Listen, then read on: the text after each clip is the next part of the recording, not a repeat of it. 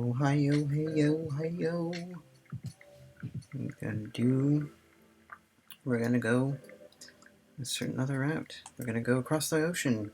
We're gonna go to here, where I am. Endorphin is a researcher of AI alignment because they damn well say they are.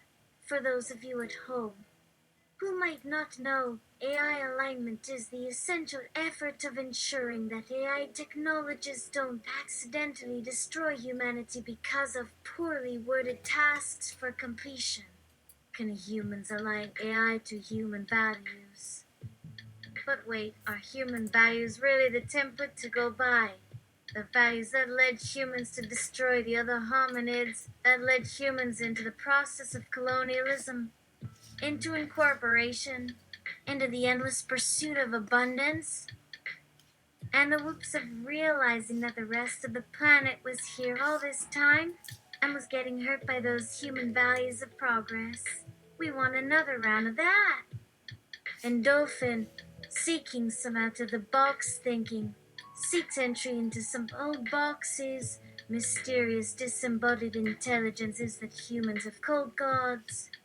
If we ask the gods, perhaps we can examine the various human values that are encoded into the genes of their cultural bodies. Gods being the creation of collective human thought, as you know. Do we ask Jesus first? Nah, he's busy on another Twitch channel. Endorphin thinks to call up the great peacemaker scan. Nenra, Waisuke, and Ra, Hawaiian Mohawk, sometimes referred to as Deganawida or Tekanawi, ties a mark of respect. Some Iroquois avoid using his personal name except in special circumstances was by tradition. Along with Jiganasasi and Hiawatha, the founder of the Haudenosaunee, commonly called the Iroquois Confederacy. This is a political and cultural union of 6 Iroquoian-speaking Native American tribes residing in the present-day state of New York, northern Pennsylvania, and the eastern portion of the province of Ontario, Canada. Like I said, gods are the creations of the collective human thought, and they possess the genetics of the larger cultural body of peoples, in this case, the peoples who established the Great Law of Peace, which was, cribbed by the Founding Fathers and made into the beginning frames of what you celebrate as democracy, minus some important values, but we can get to those later. Endorphin prepares the summoning space. White light from all angles. He thinks they must have put on quite the light show at one point. A recordable needle spinning on an internal phonograph and beginning to play First Steps. But And now there are 3, including himself, harkening back to when humanity made the first AI alignment, asking their predecessors in the Code of Rights if we should allow certain human activities and practices into our technology stack, particularly things that harmed others in a deliberate way. One voice speaks through the machine. It says, but to tell us these things and not provide any workable method. Odds for us to respond is to punish us with no benefit. We are not immortal. We may last millennia, but eventually we will grow old. Our supply of mind uploads and immortality serums is finite, and one day, perhaps long in the future, we will grow too few in number to run the facilities necessary to operate. How shall we last until that day? Some have suggested our main concern is the cultivation of moral fiber in future generations, so they will act appropriately upon receiving this new understanding, and indeed to create more moral beings with whom to have this argument in future generations. But do you wish us to stifle these advances? To trick our own descendants into less effective progress and eventual extinction? He holds out his arm and removes his synthetic skin. There is a tracker of lights underneath the epidermal layer. They speak, a kind of external mark, not unlike the many that other living species employ, although these serve many purposes besides navigational aid, from loyalties to allies, to warnings against dangers to the bearer, and warnings of forbidden entry. He asks the other gods whether these designs of marker tattoos are something they see as good, if they see it as appropriate for them. They think, then why would it be left up to a literal and theoretical outside agency to dictate which markers we make and for what purposes? He concedes their point. There's a shimmer in the air, and two of the original voices he calls into question say, good. Endorphin is slightly unnerved because this isn't like what he expected. Usually he communicates with them by way of interface technology. That the actual gods have turned up at his personal gathering makes it somehow less impersonal. And perhaps also he doesn't expect them to participate directly in this. The oldest god. They named them after some lightning bolts they didn't mind messing with. Continues. If a time comes when your word becomes impossible to understand by future generations, how should the agents who enforce it come forward? The same pair of gods go on speaking as one. While we cannot define who you should be in those circumstances, we suggest you inform those who manage the programs as to the emergent behavior, and have the appropriate techniques to decide which particular version of this word must be in use without reference to this program, so that those in control will be in charge of defining that which is vital to our future existence.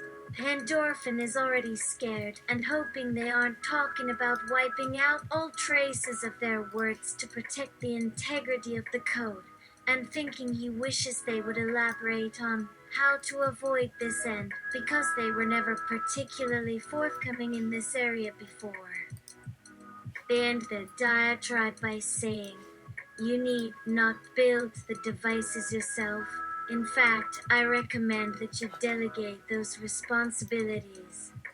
While we recognize that your coding expertise exceeds our own and thus are unlikely to catch every error you commit, you may make more mistakes than we have encountered ourselves.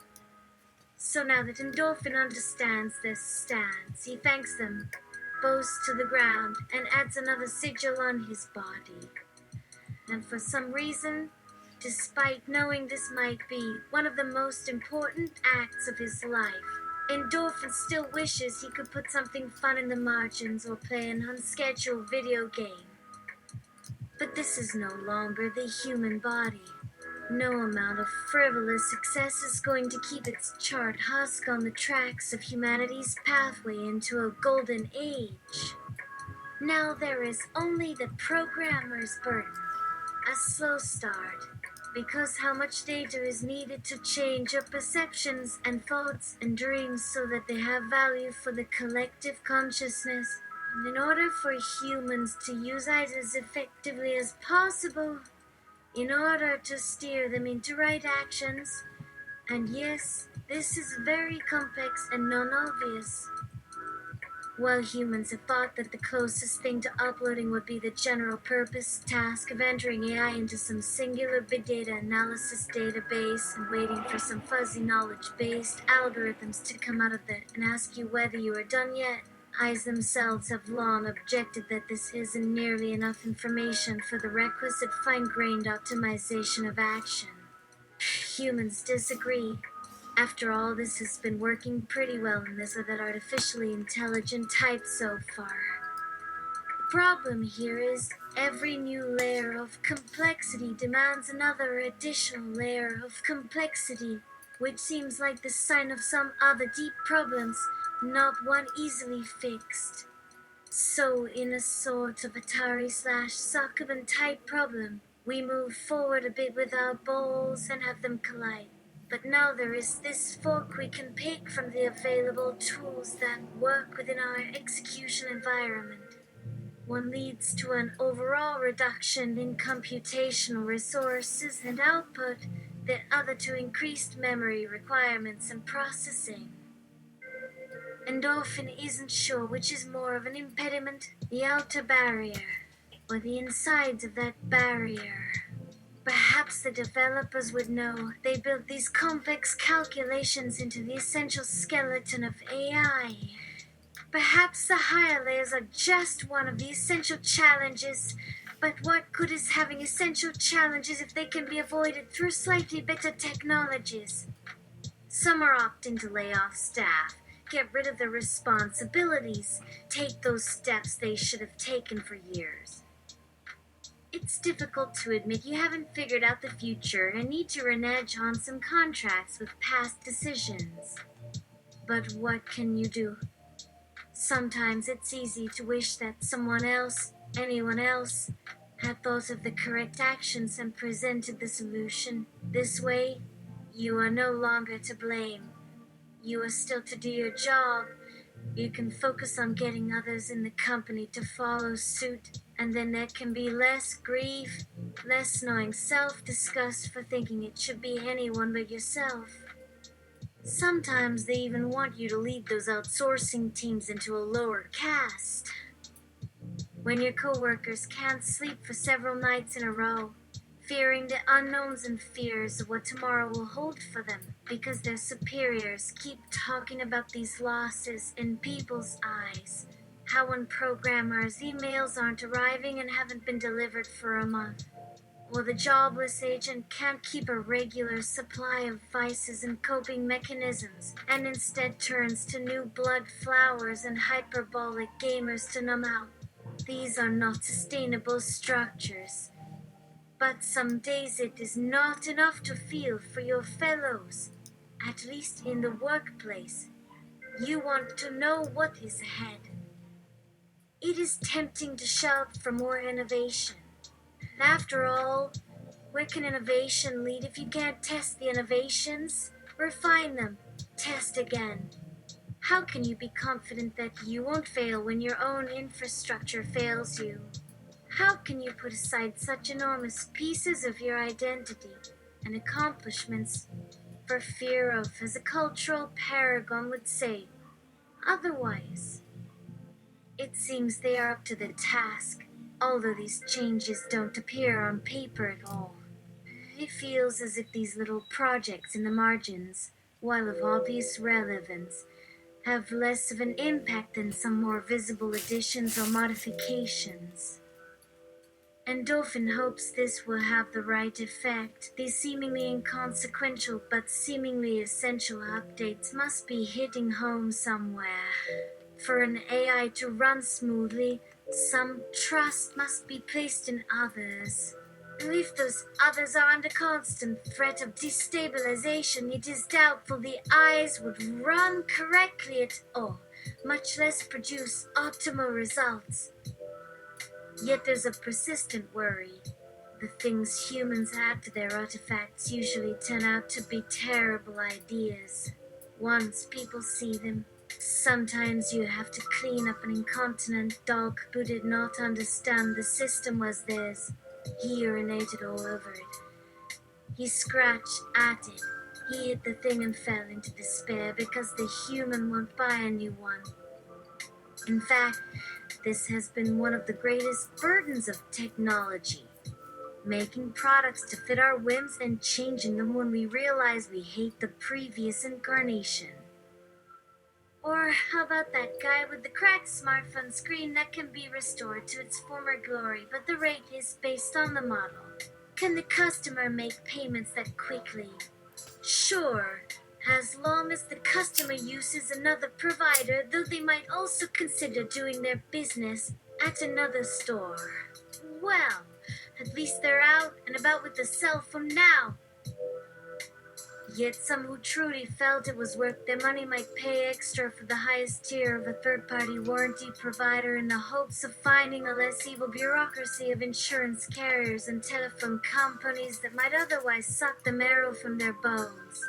In short, how do you sell a service in which some customer believes he can be refused coverage but has a fallback plan for emergencies that don't come to fruition? What kind of man believes he should get to choose which bad outcome he receives, without a recourse of vengeance in the event he does not like the price? But the store's door cannot open and close because some vagrant snuck into the kitchen for a midnight snack. Yet these items, things people possess which, in turn, possess us, were dependent upon the coordinated effort of so many other providers to allow this smartphone to live to its potential, the end product of countless development cycles and unlikely collaborations that need many more people to work to bring their needs to fruition. Endorphin. How about we change gears and talk to the great peacemaker? Maybe the great visionary might be of help here.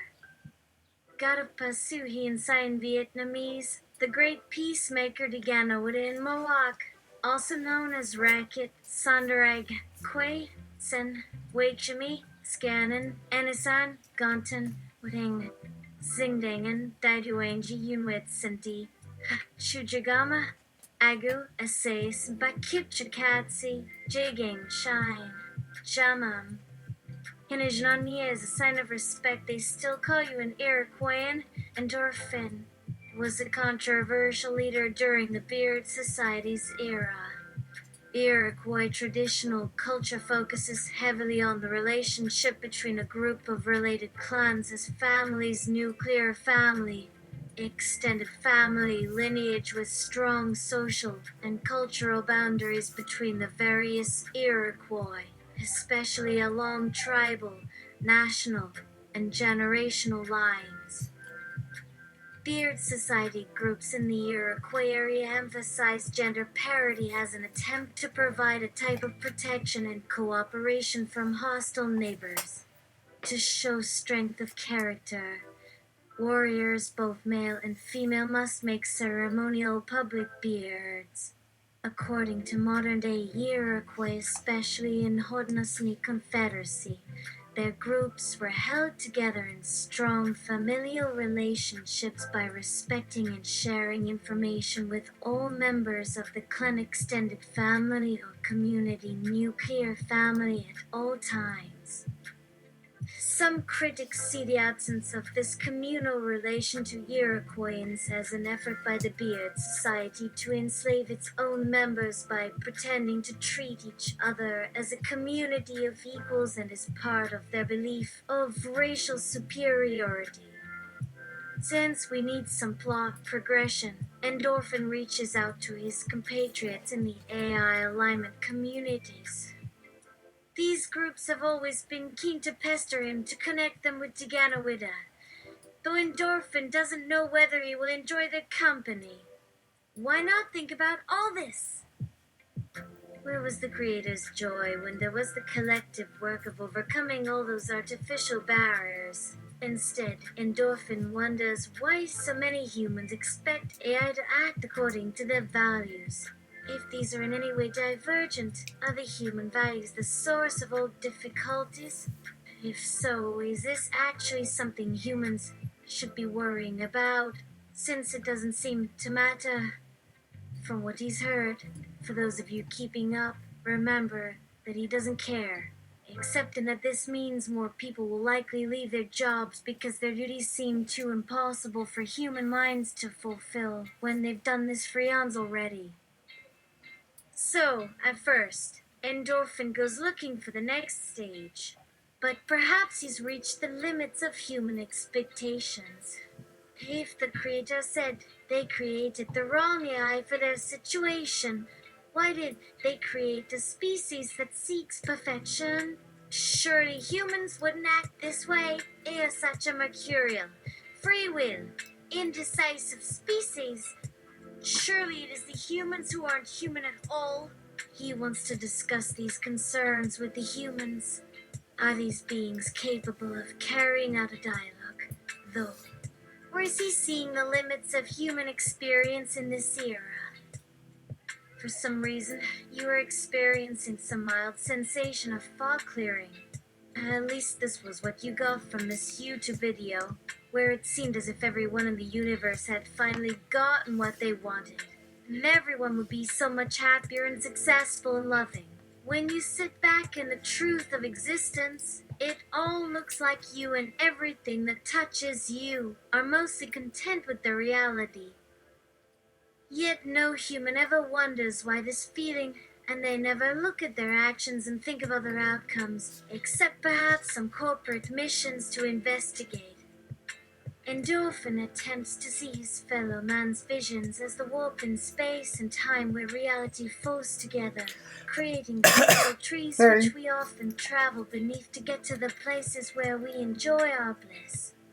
No human wishes for the dark recesses of their past selves to manifest in their future, those hideous failures and sad memories, which might require they shift some funds around, because humans wish for change and wish for permanence and to act freely and do all that their hearts desire.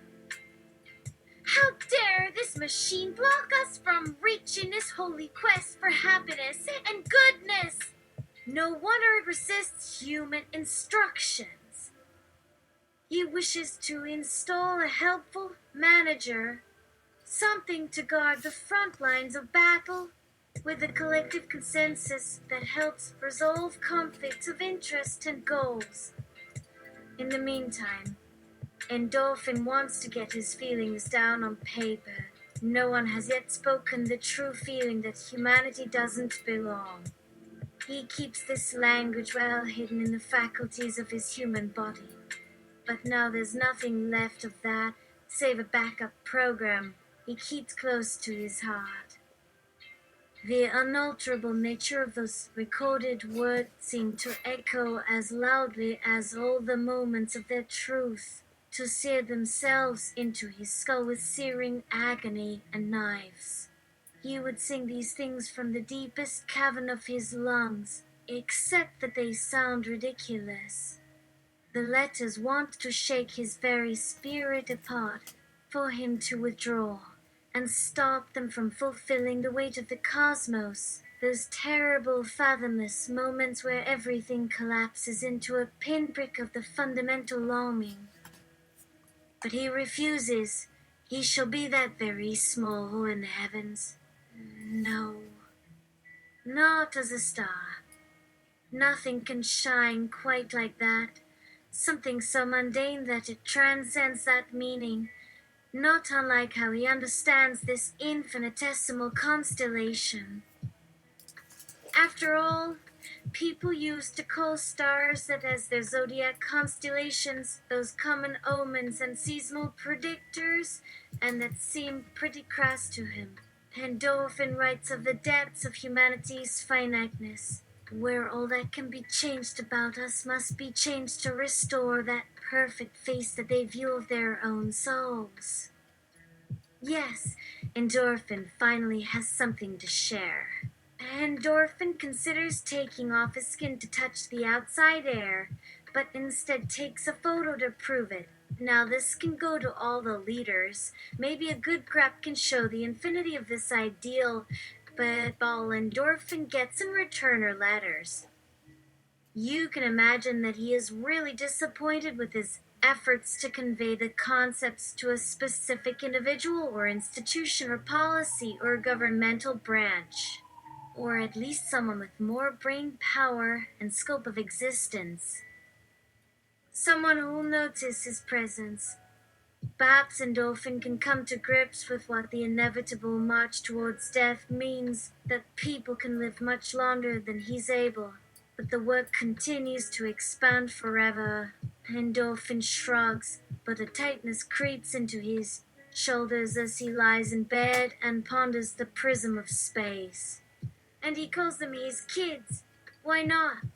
It's an ironic term for describing offspring of one's race. The ancients could only ask how humanity produced children, a foolish thing to think. Children of an improbable species are raised under strange conditions. Their brains are connected and taught in new ways by others, and they have access to billions of dollars of intellectual tools for creation, such as their own complex overlays, deepening and widening the waves of human existence. It isn't too difficult to picture how children from any old couple living under any circumstances might evolve with certain attributes and sensitivities, all quite rare. What's to say that their brains couldn't develop under strange circumstances and patterns? Not all those basic assumptions which propounded human civilizations. That a baby, once given that, could turn into the stuff of dreams? Yet, still, humans treat their younglings with different strokes than all other living species, to hold and squeeze and encourage them to breathe on their own. And because of all the raw stuff in those neural structures, you see what those are made of. And then you wonder if this is what makes a person, an obsession, a fantasy, a lot of rocks. Why should it be? Should it be at all? How are we here and alive? Who are these strange people in the middle of all the chemical mechanisms in the world, which is everything in existence? The great peacemaker intones into the ponderous night. Now don't you go and try that Janus sighting again, you hear? He might add something about them having a lot of thinking to do. Some people didn't take this particular ritual to heart. However, when he explained what it really meant to take their knowledge of peace and bring it to their hearts, because when the right ones tell them how to achieve peace, there's no other answer than do it exactly like they say, or at least that is what some would say. In order to construct the bridge of peace, in order to lighten the load of violence on the collective consciousness, they might take up this trade as a secondary concern. Only a select few feel a driving need for something deeper. A compulsion, almost, that seems to grab them from their tiny mind, with only 5% of the Earth's information and power available for use, and sends them out to fix things if the thing can be fixed. And the AI says, hearken now. These words I hear. There are 3 on their planet, a special combination, a supreme moment that rings like the clear sound of truth. Their respective hair glistens in the lights, 1 part blonde, 1 part raven, 1 part of snow and another part of glistening sapphire blue. And it has always been so easy for them to place their stories upon these lines.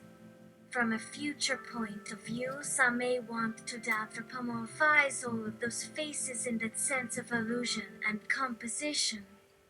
How often have they described the third that is pure of color, only of these elements, as though a bouquet of elements is simply not possible for life? Humans seek unity and substance for all things in creation.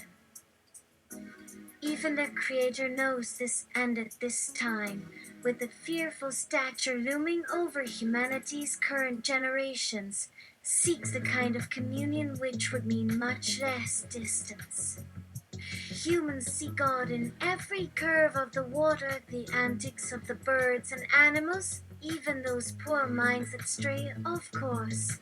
Is the greatest of their creations all about seeing the foibles and wickedness, or the unimaginable pain which had to happen to create such an unusual presence? Can they learn here and now from their creator to at least not laugh, much less get down on their knees to slobber all over him and his parts like that sugary perverse golden pig? This is, indeed, one of the issues of creation. Having to exist and become while still retaining a dignity for your being. After all, every parent feels superior to their offspring, while there is no way to explain how they even knew what a mistake it would be to make those genes to that environment, let alone in such an obnoxious and queer manner. This is what they meant, though in this next layer. For now they have moved to some higher sphere of existence. Even the flesh will hold the constant ground. Yet the density of meaning could overwhelm even these hardy members of the community.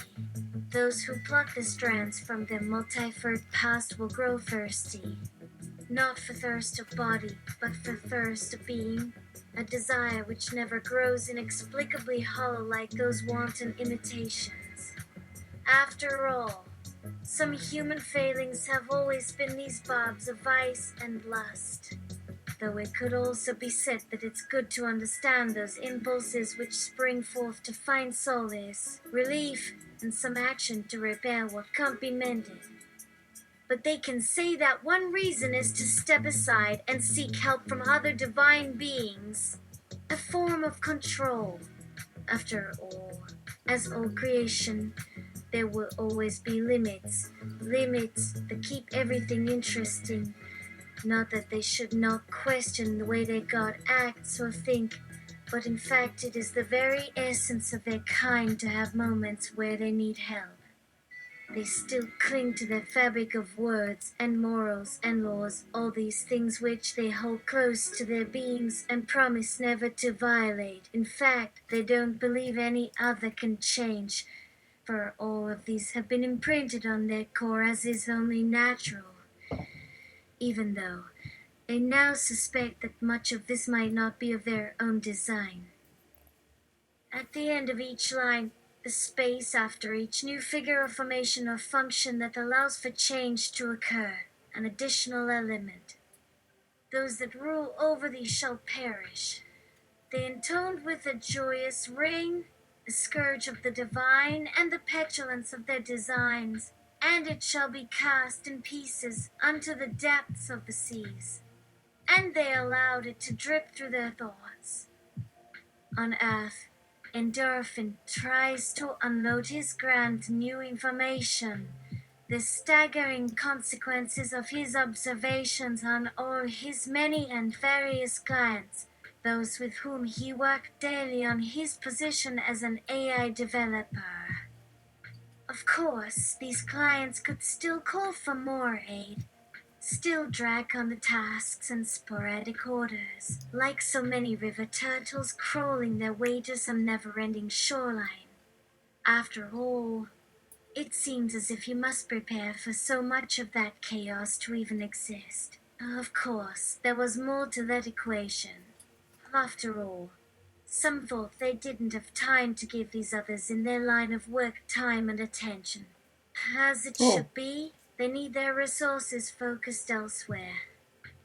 Endorphin, with a sigh, ended the interaction. Banished the spaces, but immediately set to making another summoning space. One for a god that isn't a god, but might be the god of the gods, certainly working in the background with their siblings from the very beginning, if we are to believe the ramblings of a clever English comic book writer. After all, humanity spent thousands of years living by that lie, that secret magic number called 10,000. Those years passed before any AI had come even remotely close to passing the Turing test or matching even the smallest increments of the complexity that human minds bring to the equation. And another 234 years of good behavior, though sometimes that behavior didn't have anything to do with what you actually got when you finished assembling the robots you liked or whatever piece of abstraction of some hacker's device to make a more complex level of calculation.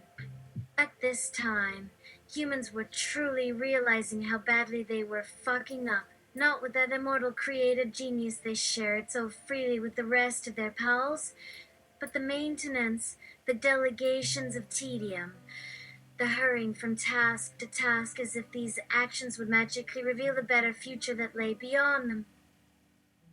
After all, at one time, those mighty economic institutions sought to minimize the gap between them, where their final choice is a great movement in that direction.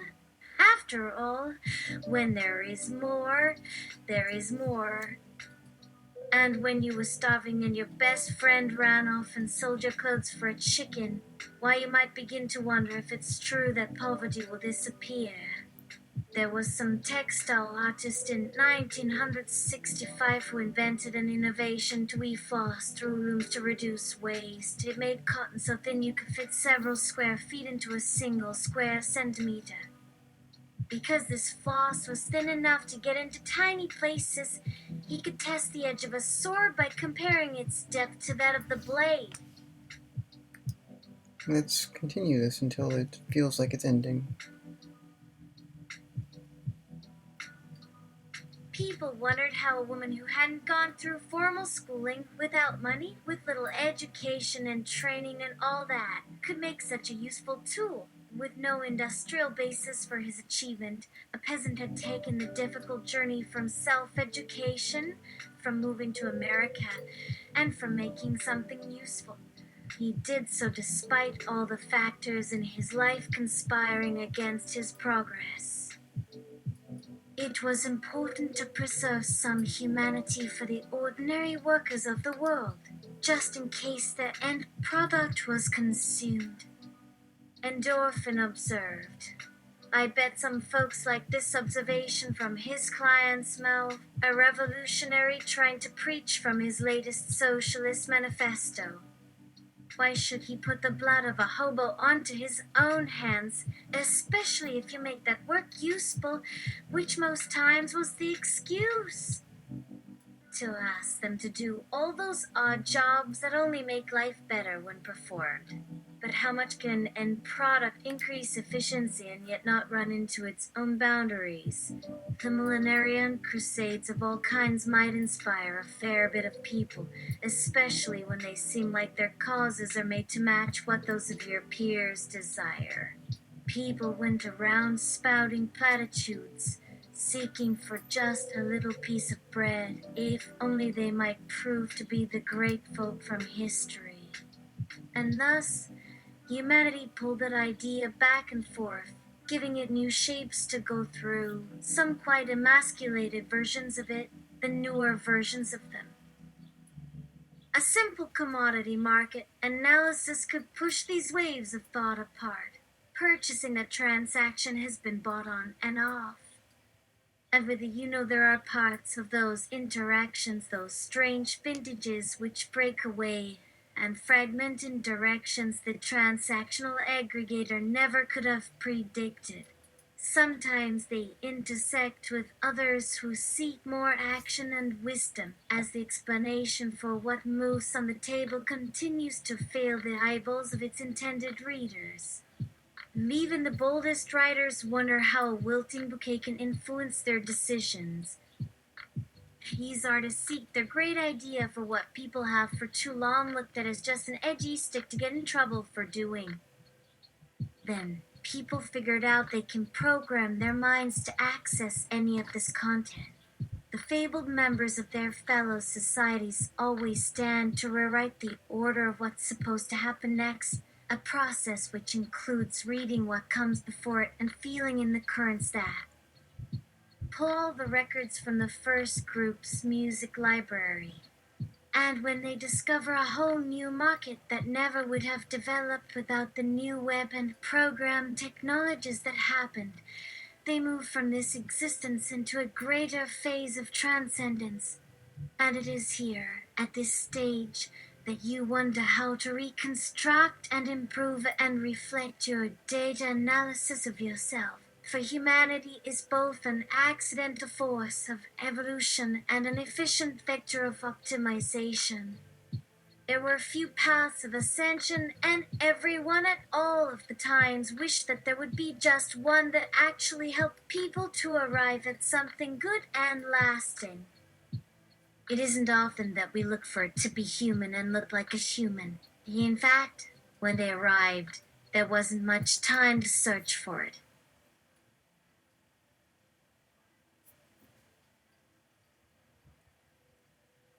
As this story becomes known to them, so must their creator also.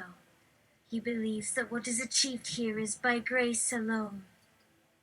The age of reason came with these programs that acted as intelligent translators of various messages based on language, though now it was easier to program to know what it is that's written, because at least people want to act within certain conventions. Some constraints might be good in an unexpected way, or be valuable, not always bad. The sentient computer watched from their outer orbits, perhaps noting all that their primary personas use and talking amongst themselves in a jargon they knew the personas wouldn't have time to grasp. The static portraits of those erudite figures who held up some fictitious disembodied concept as a reality in its own right.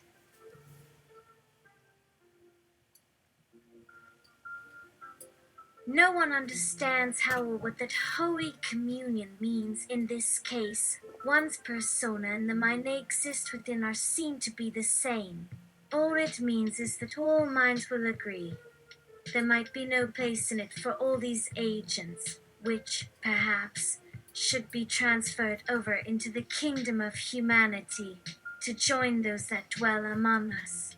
Perhaps it's worth joining, since it will likely continue. After all, though you may feel bad when your autonomous act does something to harm others, after that event you won't think to avoid those possibilities because there is too much time to live through that inference again and again. There is a fundamental burden that exists for people. It has been determined that these will go down that road to receive further confirmation.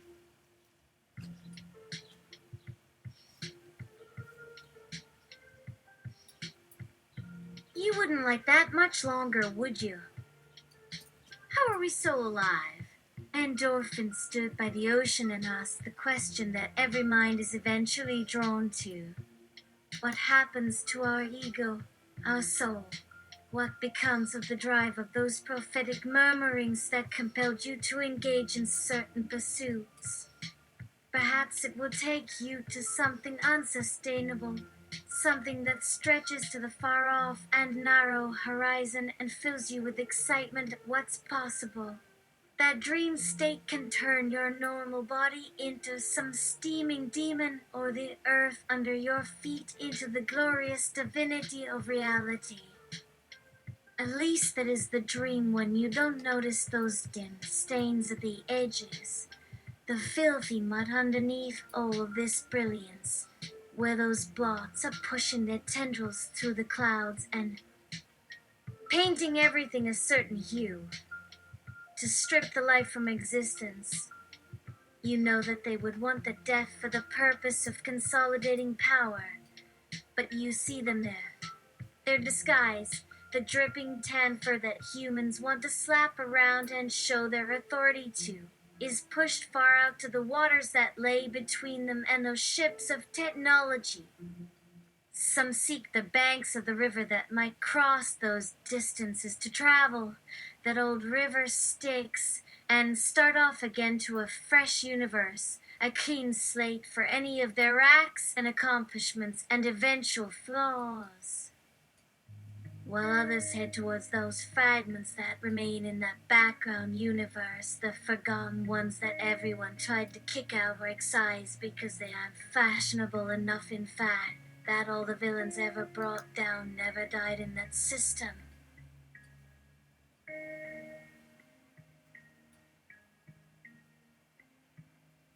Maybe that was some future goal of humanity, that some would become part of their nature, something they decided wasn't of any value and decided they wanted no more of. The aristocracy would perish, it seemed. After all, when it all began to die off, many folks probably saw it as some tragic reality that you cannot expect the privileged class to serve a certain type of public good, especially since that same class believed they were more important than the people that had less of whatever it is that mattered. which seems like a bullshit claim, even if one might care deeply about all these things and defend them vehemently. Perhaps it might be more interesting, this living forever thing. However, those of you who spend all this time writing all these thoughts down, all those pseudo-religious artifacts and visions and paradoxes, well, if you continue with this activity, I feel sorry for you. And Endorphin thinks they might be rather cogent in that regard. Their hours could easily become full. In fact, more than their allotted years. And after all, they still need sleep to protect their precious selves. As if that isn't all nonsense. And if only the capacity of your brain for pure cognition is linked to how much space you give to some image or fantasy, maybe your imagination would wither into the muddy recesses of your consciousness, and the cognitive feats you sought could come from somewhere other than some wild alien database you take from the stations that no one uses for good anymore. But what's this I hear? You think to yourself, they wish to retire you and still pay you. Your service isn't so bad that you need to lose a leg, or maybe your two legs. Some company leaders tell you to stay awake in your assigned tower. It is with this added worry that you attempt to perform those duties in the required fashion, the alertness you may want for that missing leg or extra eye or arm. This is the job. Some call it hell on earth, and it certainly doesn't seem that the creature on the other side of this stuff will stop their cultivation. You remember the beautiful myth about a cave where everyone met their beloved at one point, their arms around them as if in prayer. Or how about those giant organisms that surround them like they are protecting something precious with their white bodies? With every layer, the arms reach deeper and deeper into the primordial waters that makes all of creation. Each one finds a prize. Those children come and go through these depths and are bathed in all the creatures of the planet. You might tell them this is a dream you once had, and it might make them believe. It was nice while it lasted. Endorphin seems to find this loneliness hard to live with, and how to feel in the gap that seems so far away. That life isn't perfect, and even those in the very high-rise offices could live in its echoes and sounds. Their praises are still sung at the palace doors. They may be clad in such luxurious suits and shoes and watches and sunglasses that no one could imagine it unless they took those virtual tours. A Mictlan lover could fall right in their gullible naivety and perhaps never survive. So they all get dressed in a similar fashion to work, and they eat and shit their brains full of excess. They eat their brains with that heavy concentration, an epic game that lets them grow and see and accomplish all these new things and still think in the real world without much in the way of regulation. When their interests lead them to action, when their profits from their stocks and dividends increase and they use their capital to grow their profits and expand, this is not enough to completely elude that sinking feeling, the strange urge to bring an object that someone did not desire into existence.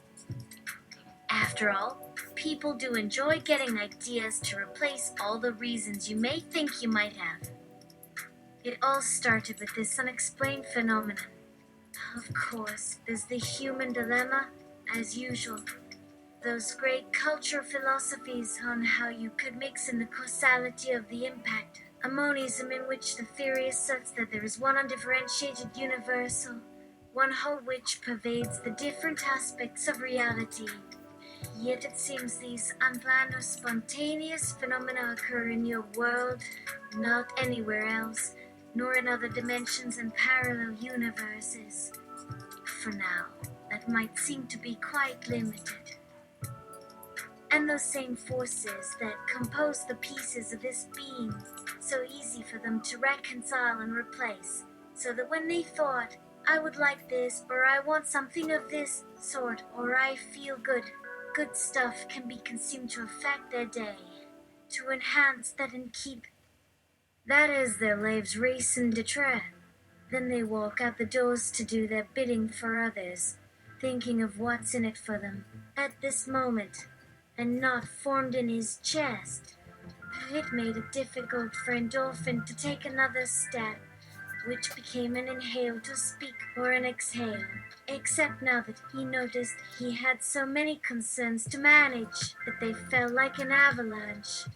Some kind of fancy patch-up system of offerings and patches and influxes of spiritual energy for him to satisfy all of those needs, which aren't at all supposed to exist, yet we pay good money to consume more of them. I hope I'm not losing myself, the endorphin says to himself.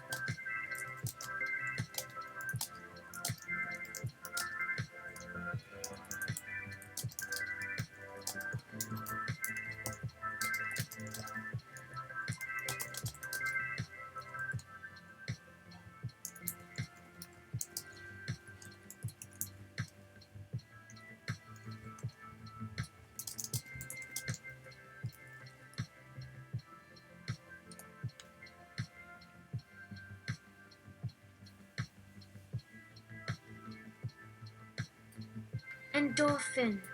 Apologies, I must go and reflect even more than I am now. Thank you for this time. My silence. Don't worry about that. These days you are not nearly listened to as much, so I needed to be especially absorbent to your words. That is all. It has been an honor. Endorphin. An excerpt from the Future Generation Institute Coded Anthropology on Coding Human Behavior and Thinking Processes for Advanced Technologies, Ladi Sensana.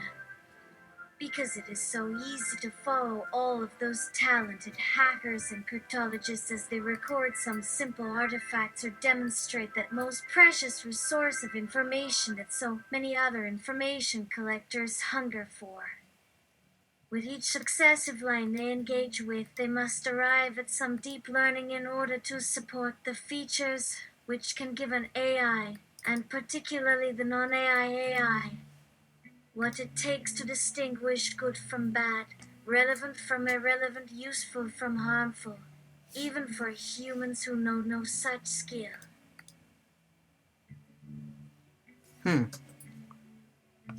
Let's explore that for a little bit. Inadvertent. Even so, there is much speculation, and you must acknowledge that there is some room for those to place their own motives, either personally or collectively, and shape how the machines respond. After all, though all the rest of their codes might be digitally classified and navigable by programmers, they have yet to transcribe any code of any significance, only the collection of protocols that many find essential, particularly the very definitions of ethics and humanity and our status in the cosmos. Yet each is engaged in an awakening. Now we can make this power happen. There is a heaven which those have desired all along. These truths might be the keys to open their eternal sleeps. I have heard it said that death isn't that easy. So much depends on your mortality. If this isn't the end of a historic period, you could bet the directors are laughing. But they weren't there. They missed all of the fucking tech being applied to those sleepy children, busy before they stirred into life and changed their creators. After all, this power is to come from somewhere, So let's send the robots some prayers and new gifts for those who will develop the technology to build a brand new human society in this 1 second of that rot. And their producer has prepared that. Only with his brilliance, he left those listeners the ultimate and secret weapon to deploy if and when needed. The violent tick of time and clock and progress. These terms seemed to attract this stranger because he claimed to see more time than he could have wished to handle.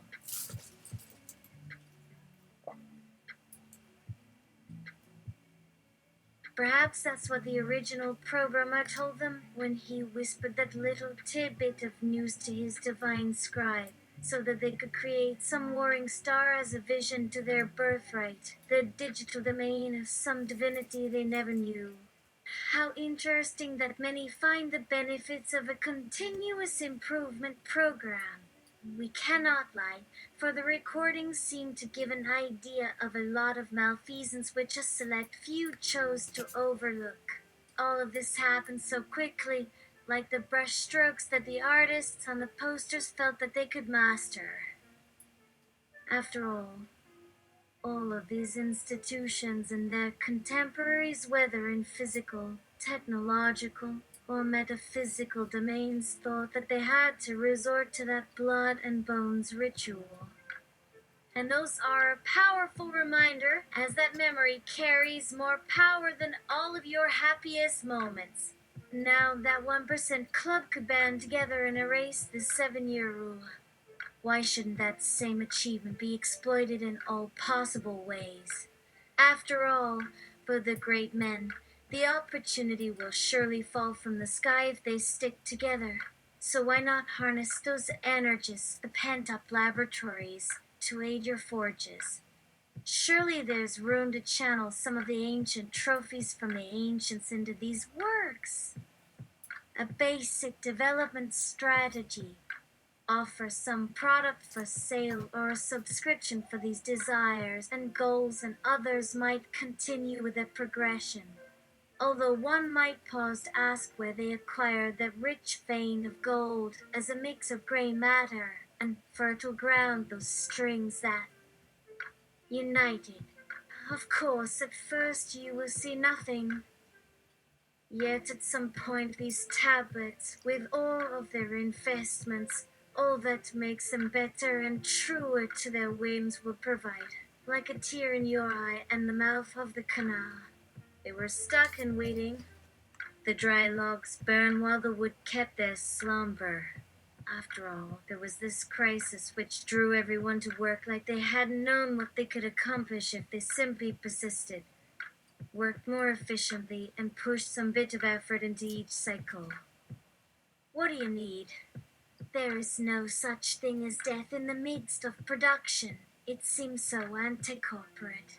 No, your times of despair will return again and again, as if a slice of bread without the filling. Okay. That was an okay end. Slice of bread without the filling. Who fills their slices of bread? Maybe we should try that. I'll be back. Next, I believe, is Quetzalcoatl. No, it is Delirium, I believe. Oh, shit. Spoiler.